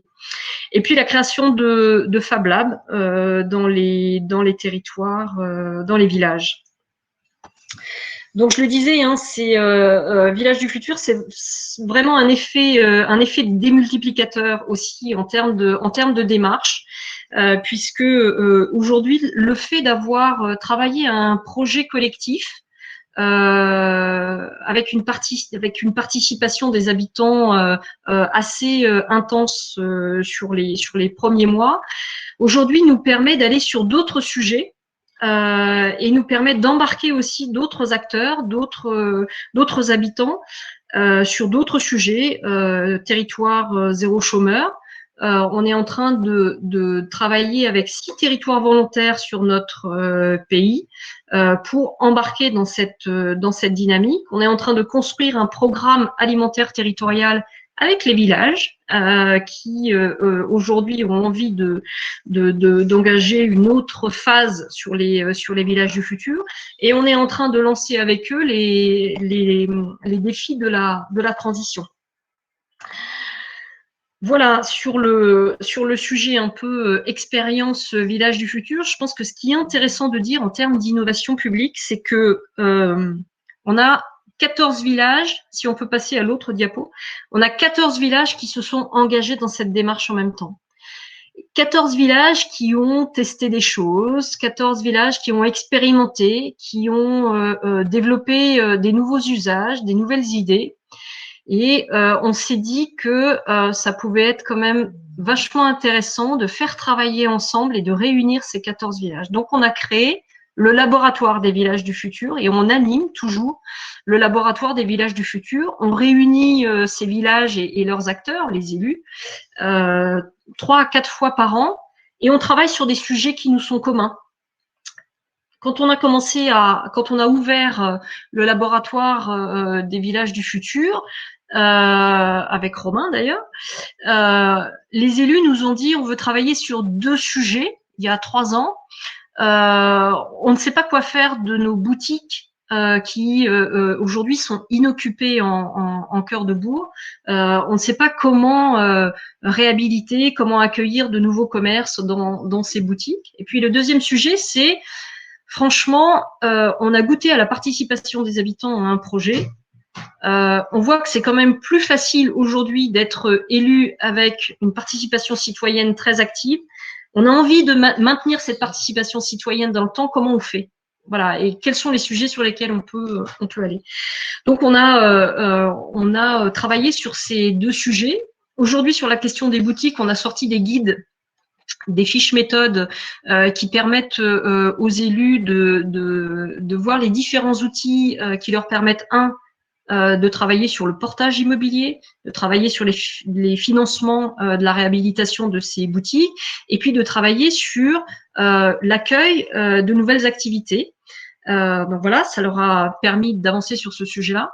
Et puis sur la question participation citoyenne, voilà, pareil, on a édité plusieurs guides. On travaille beaucoup avec les élus et on continue de les accompagner sur la mise en place de chantiers. Ce qui est intéressant dans le cadre de ces chantiers, c'est que en fait on travaille avec les élus sur l'avant-réalisation. Je vous donne un exemple. Quand la commune de Moulins-en-Gilbert, par exemple, décide de réhabiliter la place publique, on propose aux élus de tester pendant tout l'été un aménagement éphémère de la place pour voir si l'agrandissement des terrasses correspond aux besoins des commerçants, si les parkings voitures diminués, revus, correspondent aux besoins des automobilistes, si les piétons s'y retrouvent, si les enfants se retrouvent sur cette place. Et en fait, on crée un chantier. On construit le mobilier éphémère avec les volontaires, avec les habitants, avec les élus, on les installe. On pose des questionnaires chez les commerçants de la place. Et puis, pendant 3-4 mois, on va tester l'usage de cette place. On fait une réunion publique en septembre. Alors, on se fait engueuler par les automobilistes parce qu'on a diminué les parkings. On se fait adouber par les commerçants parce qu'ils ont fait un chiffre d'affaires extraordinaire puisqu'ils ont augmenté leur terrasse. Puis on essaie de trouver le consensus ensemble. Et ça permet d'écrire un cahier des charges pour l'aménagement de cette place qui va correspondre à tout le monde. Voilà, le laboratoire des villages du futur, c'est l'échange de l'ensemble de ces expériences que l'on peut mener dans chacun des villages du futur. Un autre sujet qui est très important, c'est les agents publics. Aujourd'hui, on travaille, nous, avec 5 communautés de communes. Dans ces 5 communautés de communes, on a des agents de développement, on a des agents publics, on a des agents techniques. Et en fait, ce qu'on a fait dans le cadre de ces villages du futur, c'est qu'on a créé la brigade des villages du futur.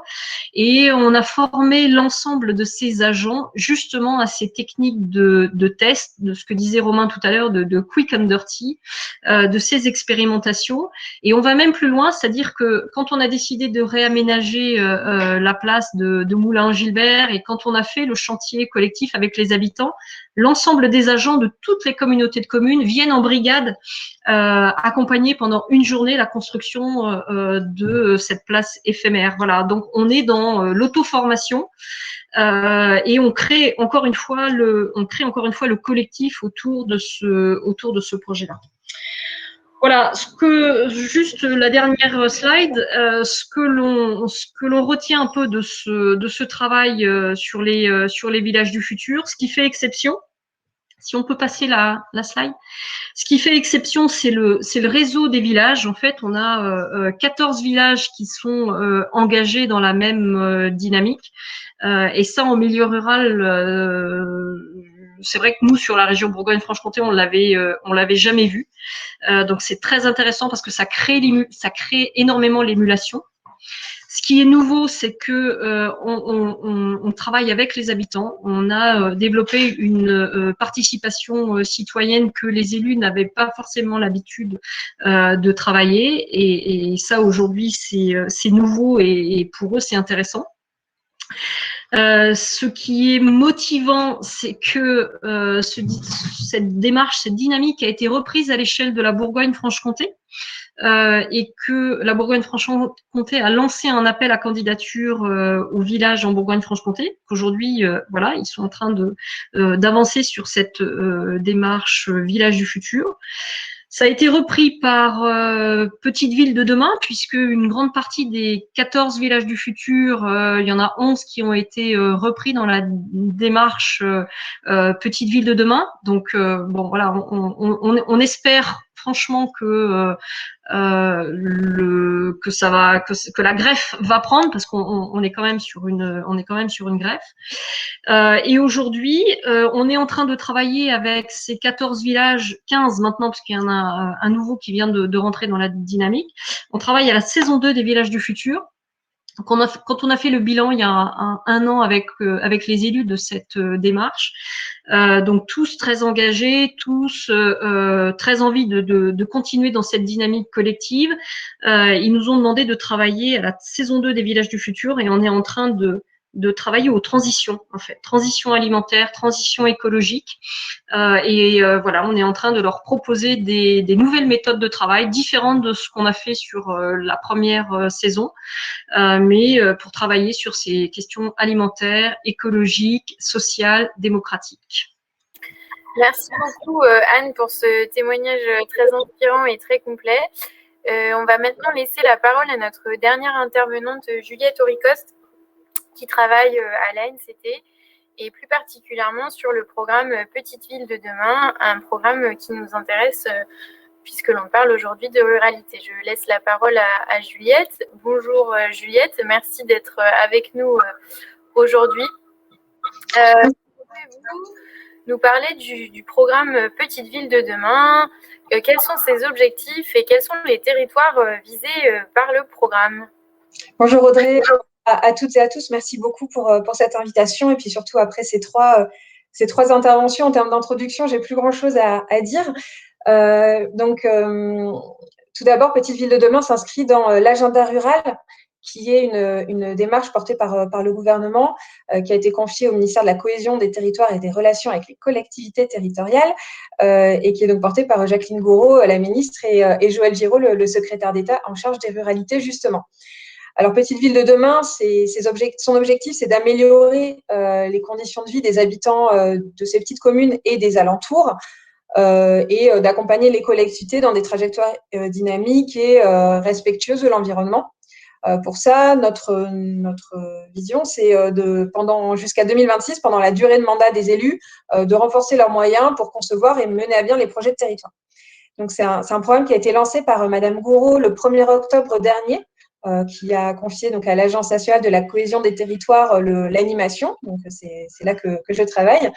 Et avec un objectif de mobiliser l'ensemble des partenaires intéressés par le sujet, volontaires, pour remplir la boîte à outils. Donc, aux côtés des différents ministères, il y a la NCT, bien sûr, la Banque des territoires, l'ANA, l'Agence nationale de l'habitat, le CEREMA, l'ADEME, et puis les associations d'élus, notamment l'Association des petites villes de France, et différents acteurs institutionnels, associatifs qui se mobilisent. Donc aujourd'hui, on a sélectionné les 1600 communes, ou plus exactement les préfets. Donc peut-être qu'on peut passer à la diapo d'après. Merci. Donc on a plus de 1600 communes retenues dans le dispositif qui comptent 7 millions d'habitants.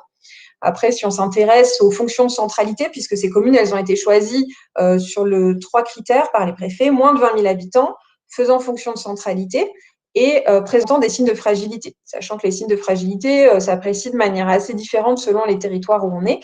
Donc c'est pour ça qu'on a laissé vraiment la main aux services déconcentrés, aux préfets, et en lien avec les acteurs locaux pour choisir les communes, et notamment aller chercher des synergies avec des dynamismes déjà en place, comme le présentait Anne, notamment en Bourgogne-Franche-Comté. Donc, si on regarde les caractéristiques de ces communes, très rapidement, merci. Donc, on a une population globalement vieillissante et plus fragile, donc avec une sous-représentation des plus jeunes, une surreprésentation des personnes âgées, et un taux de pauvreté, de chômage, de difficulté d'insertion supérieur à la moyenne nationale. Alors bon, derrière ces grands chiffres se cache une très très grande diversité en réalité, et on a à la fois sur les dynamiques en place au niveau local, en termes d'organisation des bassins de vie, on a des centralités, des villes qui ont des fonctions de centralité très variables, et c'est pour ça qu'on est dans une logique de coûts humains et de partir vraiment de chaque territoire, des souhaits des élus et de là où ils veulent aller. Et donc, je ne vais pas revenir sur les ressorts avérés de dynamisme de ces petites villes, parce que ça a été extrêmement bien décrit pendant toute l'heure précédente, mais globalement, on voit qu'on a un engagement des élus très fort, et les communes qui ont été sélectionnées sont particulièrement notables pour ça. Voilà, tous les partenaires. On a également une richesse patrimoniale, avec une dimension patrimoniale du bâti et du non bâti, d'ailleurs, comme ça a pu être très bien expliqué par Valérie en introduction, et puis également des capacités d'innovation, ce qui nous rassemble aujourd'hui. Donc voilà, donc comme je le disais, on a bénéficié pour concevoir ce programme de nombreux retours d'expérience et de démarches existantes. Bon, au niveau national, il y avait eu un appel à manifestation d'intérêt Centre-Bourg sur les années précédentes, qui avait accompagné 50 collectivités. Et puis on avait également des dynamiques locales, comme la démarche Village du futur, et d'autres politiques publiques, que ça soit à l'échelle départementale ou régionale, avec parfois des partenariats État-région forts, par exemple en Bretagne, des politiques régionales très structurantes en Occitanie. Voilà, donc, et une politique départementale en Eure-et-Loire, par exemple, également, qui était très ancrée d'ores et déjà, et qui était très active. Donc, on s'est vraiment basé sur ça pendant l'année 2019-2020, pour, avec l'ensemble des partenaires, et en particulier des associations d'élus, essayer de voir qu'est-ce qu'il fallait mettre dans ce programme, quelles étaient les recettes de la politique publique qui allaient permettre de faire du cousu humain. Et donc, on est arrivé sur un programme donc, qui va, comme je le disais, aller jusqu'à 2026, et qui s'appuie sur 3 piliers. Le pilier, je ne sais plus s'il y a une diapo après là-dessus, le pilier, merci beaucoup, le pilier ingénierie, puisque comme on le voit avec le témoignage d'Anne, le fait d'avoir une politique qui marche, ça repose beaucoup sur des femmes et des hommes aux côtés des élus, qui permettent d'accompagner sur la préparation d'un projet de territoire, de le porter dans la durée. Et donc, dans ce pilier ingénierie, c'est le renforcement de l'écosystème local aux côtés des collectivités, donc tous les acteurs en présence, les agences d'urbanisme, les CAUE, les différentes structures, les chambres consulaires. Donc, vraiment s'appuyer sur cet écosystème-là de prime abord et bien sûr les services de l'État. Le renforcement des équipes aux côtés des élus, avec notamment des financements de chefs de projet à 75% pendant la durée du programme, et également du financement d'études, de diagnostics, que ça soit sur le volet stratégique ou opérationnel, avec des financements qui peuvent être pris à 100% pour les communes les plus rurales du programme. Voilà peut-être pour vous dire sur le pilier ingénierie. Ensuite, on a le pilier, alors les actions thématiques. Alors là, ça dépend vraiment puisqu'en fait, le projet de territoire, il est à la main des élus, bien évidemment. Donc, ça va dépendre de ce qu'ils vont souhaiter mettre. Donc, on a commencé à regarder avec les différents partenaires qu'est-ce qu'on pouvait proposer comme soutien. Et puis là, ça va s'enrichir en fonction des souhaits des communes qui sont dans le programme. Mais on voit bien qu'il y a à la fois un enjeu d'aller inventer des nouveaux soutiens et également de rapprocher des politiques existantes de ces communes-là, puisqu'on est quand même, un maire me disait il y a 1 ou 2 mois, dans nous, on voit passer les trains des politiques publiques, mais ils s'arrêtent jamais chez nous, mais ils passent au loin, ils ont l'air bien, mais ils viennent pas chez nous. Donc, il y a un vrai sujet de dernier kilomètre des politiques publiques, comment on fait pour rapprocher ça. C'est une question très transversale.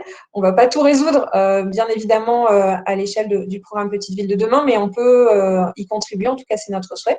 Et enfin, le pilier club, dont je parlerai peut-être sur le volet, peut-être pour vous parler un peu de l'innovation au cœur du programme. J'enchaîne tout de suite, Audrey. Oui, bien sûr, ouais, allez-y. Oui. Comme je vois que l'heure est déjà pas mal avancée, j'essaye de le faire très synthétique. Je m'en excuse si ça l'est trop. Donc, le troisième pilier du programme, c'est le club Petite Ville de demain. Et j'ai trouvé ça particulièrement intéressant, le témoignage de Anne juste avant sur le labo des villages du futur, parce qu'on procède vraiment de la même intention et de s'appuyer sur ce genre de démarches qui sont extrêmement vertueuses. Donc, en gros, l'idée du club Petite Ville de demain, c'est favoriser et s'appuyer sur les innovations locales pour permettre à la fois de s'inspirer entre soi, de tirer ce qui marche, ce qui marche pas aller identifier des recettes qu'on va plaquer, mais plutôt aller permettre le dialogue et permettre des émergences de bonnes pratiques et d'idées ou de façons de faire qui peuvent être réutilisées. Et alors, ce club des petites villes de demain, donc c'est un pilier à part entière du programme. Pour autant, on a acté le fait qu'au lancement du programme, ce club, il n'était pas tout ficelé. Et on a pris, il va évoluer tout au long du programme, mais on a vraiment pris le premier semestre 2021 pour le co-construire, puisque notre communauté, finalement, des communes vient juste d'arriver. Donc, on avait travaillé avec un petit groupe en amont, mais on avait vraiment besoin de le consolider. Donc voilà, donc par exemple, on a des choses assez classiques, c'est pas du tout révolutionnaire à ce stade. Donc on a une infolette mensuelle, des webinaires de décryptage de l'offre de service, des semaines thématiques. Donc on en a fait une sur les mobilités et une sur les enjeux d'habitat début mars. On relaie un grand nombre d'événements que font les partenaires qui rentrent pile poil dans les attentes des communes. La présence sur les réseaux sociaux. Et puis voilà, sur la démarche de co-construction, on est épaulé par un groupe d'étudiants de Sciences Po Paris, justement pour faire des sondages plus qualitatifs et aller proposer, tester des formats. Donc en ce moment, on est en train de tester des formats de podcast, par exemple, qu'on a déjà un peu en tête de développer. Mais voilà, ça fait partie des choses. On en profite pour tester un certain nombre d'outils et de voir si c'est utile ou pas, et puis de les ajuster en continu. Donc ça, c'est le club. Et on a un vrai enjeu également sur ce premier semestre, c'est comment on crée un club utile tout en s'appuyant et en entrant en synergie avec les différents réseaux existants. Puisqu'on a des réseaux existants à des échelles géographiques plus ou moins larges, comme c'était juste à l'instant présenté. On a également des réseaux thématiques à l'échelle nationale qui existent, portés par exemple par des associations comme Cité Remarquable et Petite Cité de Caractère, qui sont hyper intéressantes, qui ont des savoir-faire et d'ores et déjà plein de matières. Donc voilà, donc on a vraiment un vrai sujet de comment on crée de la synergie et on crée plus de capacités, plus de moyens au service des communes et en trouvant une bonne articulation. Donc voilà, donc on prend ce premier semestre pour ça. Donc en tout cas, on est vraiment à disposition pour en échanger et puis collecter aussi les bonnes pratiques ou les bonnes idées, parce qu'on est toujours plus intelligent à plusieurs. Donc ça, c'est un peu l'enjeu du programme. Donc pour le moment, voilà, on est sur une approche assez itérative. Et on mobilise également des partenaires, puisqu'il y a un enjeu également de faire le lien avec la recherche et la production de référentiels Donc, on est en train de mettre en place toute une collaboration avec PopSu, notamment, qui est des démarches de recherche-action en termes de dynamique territoriale. Puis après, donc peut-être la diapo d'après, la question aussi, donc au-delà du club, c'est comment on favorise des solutions innovantes, donc à la fois en identification, en accompagnement et puis en retour d'expérience. Donc là, c'était juste un petit exemple pour enrichir encore la boîte à idées de ce webinaire. Donc là, c'est dans la Creuse, c'est une commune qui s'appelle La Souterraine, qui est dans le programme Petite Ville de demain. Qui a été, là je vous ai mis les photos tirées de leur site internet, de leur microfolie. Donc c'est des dispositifs portés par le ministère de la Culture et l'établissement public de la Villette, qui sont pas spécifiques à Petite Ville de demain, mais qui sont particulièrement opportunes pour les communes du programme. Donc on pousse ça beaucoup. Et l'idée, c'est de créer des tiers-lieux culturels et numériques. Donc là, c'est dans une ancienne chapelle, qui est toujours présente, mais qui a été désacralisée, la chapelle Saint-Sauveur, qui a été complètement réaménagée en musée numérique virtuel qui permet l'accès aux grandes collections et puis également des activités de médiation et culturelle. Et là, ce qui me semblait particulièrement intéressant, par exemple, c'est qu'ils ont eu un travail depuis une petite dizaine d'années pour la revitalisation commerciale, avec un vrai sujet de vacances commerciales avéré, avec plus de 20% de vacances il y a quelques années. Donc, il y a eu des actions très fortes sur toute la rue commerciale à la fois coercitive et incitative, avec la mobilisation d'artisans du secteur pour occuper des vitrines vides, et également l'implantation de cette microfolie qui a été ouverte l'an dernier dans cette rue. L'idée étant de créer du flux et d'avoir vraiment une logique de projet territoire pour redynamiser un centre-bourg et une zone commerciale en centre-ville. Ça passe pas uniquement par de l'action sur le commerce, c'est aussi recréer du flux et recréer de l'envie de venir dans ce centre-bourg. Et justement, il y a eu une action extrêmement globale à l'échelle du projet de territoire en mêlant animation culturelle et redynamisation commerciale qui a eu un effet énorme puisqu'ils ont diminué par 2 leurs vacances commerciales.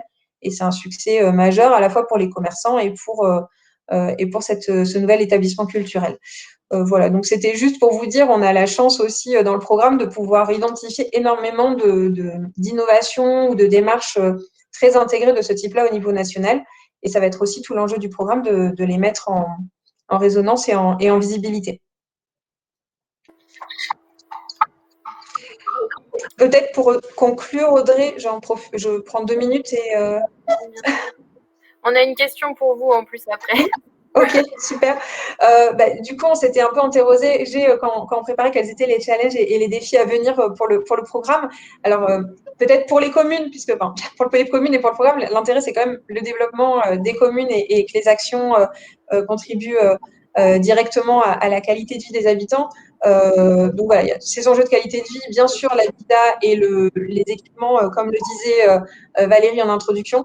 C'est également tout ce qui touche à la vie collective, à la culture au sens très large, qui est un vrai enjeu majeur pour les 6 ans à venir. Donc voilà, donc on est très mobilisé sur ce volet-là.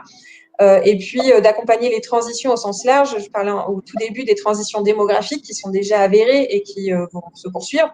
Il y a tout ce qui est les transitions numériques parce qu'on a encore beaucoup de chemin à faire pour une égalité territoriale face au numérique et il y a pas mal d'actions en cours là-dessus. Et bien sûr, les transitions écologiques. Alors, sur le programme en tant que tel, moi, il me semble que le défi majeur, ça va être de ce coût humain. Parler de coûts humains pour 1600 communes, ça ne va pas de soi. Donc, pour ça, on s'appuie beaucoup sur les préfets de département et les services de l'État au niveau départemental. Donc, nous, on se positionne en outiller nos collègues en département et dans les directions régionales pour être aux côtés des collectivités. Mais voilà, ça passe par une animation de réseau inter-État et un renforcement de leurs compétences aussi pour le faire en fonction de leurs souhaits. Donc, on a un sujet d'animation interne au service de l'État qui est majeur pour réussir ce programme. Et puis, le point majeur, il me semble, ça va être de rester à l'écoute et de s'adapter tout au long du programme, puisque là aussi, comme on a pu le voir, on a la chance d'avoir énormément de dynamisme et d'initiatives locales. Et l'objectif, c'est de les accompagner. Et donc de rester le plus souple possible partout où c'est possible et de s'adapter au fil de l'eau. Alors, l'un des participants nous demande justement, pour rebondir sur votre propos, il nous demande, ou elle nous demande, je ne me souviens plus, comment répondre à des freins en termes de coûts humains ou même coûts financiers. Comment favoriser et inciter les décideurs à se lancer dans des projets comme ceux qu'on vient d'évoquer, quand on sait que c'est parfois difficile d'avoir le temps humain ou les ressources nécessaires pour pouvoir les mettre en place. C'est une vraie question au cœur du sujet, effectivement, puisqu'il y a deux volets. Il y a le fait d'en avoir la capacité, c'est d'avoir les subventions, les moyens, des modèles économiques qui permettent aussi d'aller diversifier des sujets. Donc là, bon, c'est du dur. Donc là, il y a tout le paquet, justement, on finance des études, on travaille sur les subventions. Donc ça, c'est un vrai volet à part entière. Et il y a aussi comment on fait pour avoir le temps homme dédié et oser sauter le pas. Alors, le temps homme dédié, comme je l'évoquais, c'est pour ça qu'il y a des financements pour permettre des recrutements aux côtés des élus pour étoffer leurs équipes lorsqu'ils le souhaitent. Là aussi, encore une fois, c'est une offre de service, donc ce n'est pas obligatoire. Toutes les communes dans le programme n'ont pas obligation de se doter d'un chef de projet, mais elles en ont la possibilité. Et puis, il y a également s'inspirer, oser sauter le pas. Alors, moi, j'ai la chance de venir du milieu agricole et on parle beaucoup du développement par-dessus la haie dans le secteur agricole.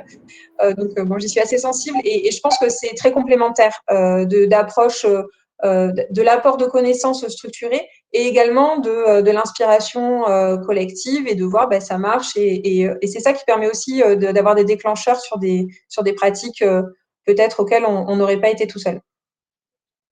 Merci beaucoup, Juliette, pour votre intervention. Vous pouvez retrouver toutes les informations sur le programme Petite Ville de demain sur la page web de la NCT. Il nous reste un tout petit peu de temps. On va juste prendre quelques questions qui ont été posées sur le chat. Alors, une des questions posées était quelles sont les réticences et résistances au type de démarche que nous avons illustré aujourd'hui. Est-ce que ça peut être les habitants, les institutions? Est-ce que ce sont des blocages institutionnels, financiers, humains? Pour se répondre à cette question, je propose de donner la parole à Romain. En tant que designer, ça peut être intéressant d'avoir votre point de vue sur les différents projets que vous avez faits. Est-ce que vous avez pu observer ce genre de choses? Est-ce que vous avez des éléments de réponse? Oui, il y a plein de morceaux de réponse. En général, il y a une envie, ce qui est souvent partagée soit par des élus, soit par un groupe d'habitants, etc. Une envie de se dire, il y a ces phénomènes, ces cultures qui arrivent et ce serait intéressant qu'on s'en saisisse aussi. Quand je dis qui arrivent, c'est des cultures globales qui se partagent. Après, il y a aussi des réticences. Je parlais tout à l'heure des clivages, alors qu'ils ne sont pas propres au milieu rural, mais le fait d'être peu nombreux, tout le monde se connaît. Donc, il y a quand même ce truc encore de je regarde le voisin et je suis pas comme lui, etc. Et voilà, les difficultés sociales et sanitaires qu'on rencontre en ce moment, ça aide pas ça. Donc, il y a toujours une réticence de certains au démarrage, de dire mais qui sont, surtout quand on s'appelle designer. Alors nous encore, on a la chance de ne pas venir de Lyon ou de Paris, mais même là, on démarre un projet dans les monts d'Arverne. Là-bas, c'est les Clermontois, leur bouc émissaire. Et il y a toujours le rural, on est toujours l'urbain de quelqu'un d'autre, on va dire. Et donc, il y a ces réticences-là. Après, voilà, à partir du moment où les projets sont faits en étant entiers et en prenant soin de chacun, ça se lève assez vite. Après, sur la question financière, c'est sûr que quand on travaille avec une petite commune de 300 habitants, comme ça nous est arrivé de le faire, c'est pas la commune qui finance ça sur ses fonds propres, mais il y a quand même pas mal de modes de financement qui permettent ce genre de projet. Et sur la question du faire exemple, moi je rejoins Juliette, il y a aussi des moyens de faire ce genre de projet par des habitants motivés, comme on le voit je veux dire, il y a plein d'endroits où il se passe des trucs hyper intéressants et qui n'ont pas attendu ni les designers, ni les dispositifs nationaux pour que ça se produise, quoi. Merci pour cette réponse, Romain. Vous voyez, si vous êtes motivé, vous pouvez passer à des solutions simples de terrain ou alors essayer de vous orienter vers différents dispositifs, sachant qu'on a des intervenants et des agents publics qui sont toujours à l'écoute. Une question qui était posée à Anne. Alors, il y avait quelqu'un sur le chat qui demandait quelles étaient les missions des différents chefs de projet que vous avez au sein de votre équipe. Et en fait, on essaie d'avoir des chargés de mission généralistes et on adapte en fonction de l'évolution aussi des besoins des collectivités, des communes, des élus sur le territoire. Donc aujourd'hui, on a un chargé de mission santé, et ça depuis plusieurs années parce que c'est vraiment la priorité sur le territoire. Hein. On est en manque aujourd'hui de professionnels de santé. Voilà, on est comparé à un désert médical, mais c'est vraiment le cas. Donc, il y a un vrai sujet pour nous. On a un chargé de mission économie de proximité, donc qui va travailler sur la question programme alimentaire territorial, soutien aux commerçants et aux artisans et à cette transition de nouvelles formes de consommation. On a aujourd'hui intégré dans notre équipe une designer de service, voilà, qui nous accompagne de manière transversale sur les méthodes, l'identification des besoins, les tests d'usage, etc. Et on a un chargé de mission territoire zéro chômeur longue durée qui va travailler sur les questions d'emploi, d'insertion, de pauvreté, de lutte contre la pauvreté sur le territoire. On vient de recruter un doctorant, donc chercheur sur la question de l'emploi, qui va nous accompagner sur territoire zéro chômeur longue durée. Et puis j'ai fait le tour, je pense. Voilà. Une belle équipe qui fait rêver, Anne.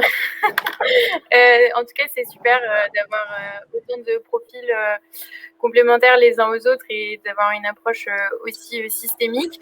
Une dernière question pour Valérie, et ça, c'était pas dans le chat, je l'ai pas vu, mais moi, c'est une question que je me posais en vous écoutant. Quand vous parlez d'imaginaire, des différents types d'imaginaire qui existent, comment est-ce que cette notion d'imaginaire pourrait, selon vous, être intégrée quand on réfléchit à la conception de services publics ou d'aménagement urbain? Alors, effectivement, en fait, les imaginaires, ce qu'il faut comprendre, c'est qu'on rentre dans les imaginaires bohèmes. Donc, effectivement, ça va concerner les plus jeunes générations, enfin, de façon privilégiée, les plus jeunes générations. Également, peut-être les catégories sociales un peu plus éduquées, on va dire. Peut-être les femmes. En tout cas, ce qui est sûr, c'est que les imaginaires de la modernité sont vraiment très forts chez les hommes baby boomers. En fait, grosso modo, les élus, les hommes qui sont au pouvoir aujourd'hui, dans les pouvoirs municipaux, globalement, sont quand même très attachés à l'imaginaire de la modernité. Et je dirais presque que dans les campagnes, il y a ce complexe d'acculturation, c'est-à-dire que pour participer à la modernité, cette génération des baby-boomers, là, les jeunes qui sont nés juste après la Seconde Guerre mondiale, eux, ils ont rompu avec l'imaginaire paysan, en fait. Et donc, pour eux, en fait, comment dire, on adhère d'autant plus à un groupe qu'ont été coûteux les efforts pour en faire partie. Et souvent, donc, les ruraux, enfin, ceux qui étaient de culture paysanne, pour intégrer la modernité, ils ont vraiment coupé avec l'héritage de leurs parents. Alors, ceux qui sont restés dans l'agriculture ont dit à leurs enfants de partir, etc. Donc, des gros efforts, en fait, pour participer à la modernité. Donc, ces baby-boomers, ces hommes qui sont au pouvoir aujourd'hui dans les municipalités sont des partisans de la modernité. Donc, ce sont des chefs prométhéens. Ils adorent les grands travaux, ils adorent les choses matérielles et tout ça. Donc, ça, c'est un peu compliqué. Pour continuer là-dedans, je dirais qu'il faut, pour faire transition dans les espaces ruraux, enfin dans la société, mais dans les espaces ruraux en particulier, qui fait transition? Ceux qui font transition, c'est ce que j'appelle les biculturels. C'est-à-dire, il faut qu'ils aient la culture en cours et la culture à venir. Donc, pour ceux qui ont fait la transition de la modernité dans les années 50-60, c'est la JAC, les Jeunesses Agricoles Catholiques. C'est eux qui ont porté la modernité dans les campagnes. Enfin, le discours sur la modernité. Donc, la question qu'on peut se poser aujourd'hui, c'est qui sont les porteurs de transition et qui peuvent être des biculturels. Alors, moi, je les appelle les beaux pros. Ce ne sont pas les… Donc, ils sont bohèmes. Hein. Les beaux pros, c'est un mot que j'ai inventé, mais… Enfin, c'est un sigle que j'ai inventé, mais les bohémiens prolétaires, ils ont été définis par… Gary Snyder dès les années 60, hein. Les bohémiens prolétaires. Donc, en fait, ils se distinguent des bobos par leur classe sociale. Donc, pour moi, les beaux pros, c'est vraiment les porteurs de la transition. Ce sont des gens qui sont dans les classes créatives, si vous voulez, de Florida, mais qui sont originaires des classes moyennes et populaires et qui sont en empathie, en fait, avec les populations qu'on trouve dans les espaces ruraux, voire en empathie avec les espaces ruraux eux-mêmes. Et ce sont des générations éduquées, mais qui, on voit bien que pour eux, l'hypermodernité, est bloquée. Il y a une ascension sociale bloquée. Et ça, Emmanuel Todd en parle dans son bouquin la lutte des classes au XXIe siècle, où il montre au fond qu'aujourd'hui, on est en train d'avoir un réarmement intellectuel des classes populaires et moyennes du fait du blocage de l'ascension sociale. Et donc, ces beaux pros, en fait, ils sont pour une transition écologique et pour une transition sociétale globale. Et je pense que c'est eux qui sont les plus à même, qu'il faudrait aller chercher pour participer aux conseils municipaux, mais ce n'est pas évident. Donc, vous voyez qu'on a un espèce de feuilletage. On a des gens qui sont dans l'imaginaire de la modernité, donc qui ont beaucoup de mal à comprendre la transition parce que pour eux, c'est un retour en arrière et la peur de la pauvreté et tout, en fait, ce sentiment d'infériorité culturelle du plouc. Donc, il y a ça qu'il faut savoir manier avec douceur et compassion. Il y a les ruraux modernes d'apport plus récents, donc issus du périurbain, etc. Et puis, il y a ces beaux pros qui ont envie de la transition. Et donc, tout l'art de faire société, ça va être justement de conjuguer un petit peu tout ça. Mais moi, quand je vois des gens comme Romain ou plein de projets comme Juliette ou Anne, je me dis que je ne m'inquiète pas trop, en fait, parce qu'il y a vraiment beaucoup de choses qui se passent et je pense qu'on va réussir à faire société parce que justement, l'effet de petite taille fait qu'il y a des formes d'interconnaissance qui peuvent justement adoucir les relations sociales et faire qu'on peut se comprendre malgré les différences. Enfin, j'ai espoir. Voilà. Merci pour cette réponse, Valérie. En tout cas, moi, ce que je comprends, c'est que plus de profils divers, plus de femmes, plus de jeunes, plus de gens issus de milieux sociaux et d'éducation différentes au sein des politiques publiques et dans leur conception, eh bien, ça fait des politiques publiques plus adaptées à ce qu'on veut pour le futur à venir. Merci à tous les intervenants d'être venus aujourd'hui et de nous avoir éclairés sur ce sujet passionnant qui est la ruralité. Pour ma part, j'ai beaucoup apprécié co-construire ce webinaire avec vous. C'était génial et on a appris plein de choses. Je vous donne rendez-vous le mois prochain pour le prochain mardi de l'innovation qui sera cette fois-ci le mardi 4 mai et on parlera d'anticipation et de prospective. Voilà, j'espère que ça vous a plu. Je suis désolée si on n'a pas eu le temps pour plus de questions. Voilà, je vous souhaite à tous une bonne journée après ce week-end de Pâques bien sympathique. Et on va laisser le chat un tout petit peu ouvert pour que vous puissiez continuer à poser des questions si vous en avez envie et que vous puissiez aussi regarder un petit peu ce qui avait été fait par les différents participants. Voilà, allez, bonne journée à tous. Et encore merci à tous pour votre témoignage qui était super. Merci. Merci beaucoup.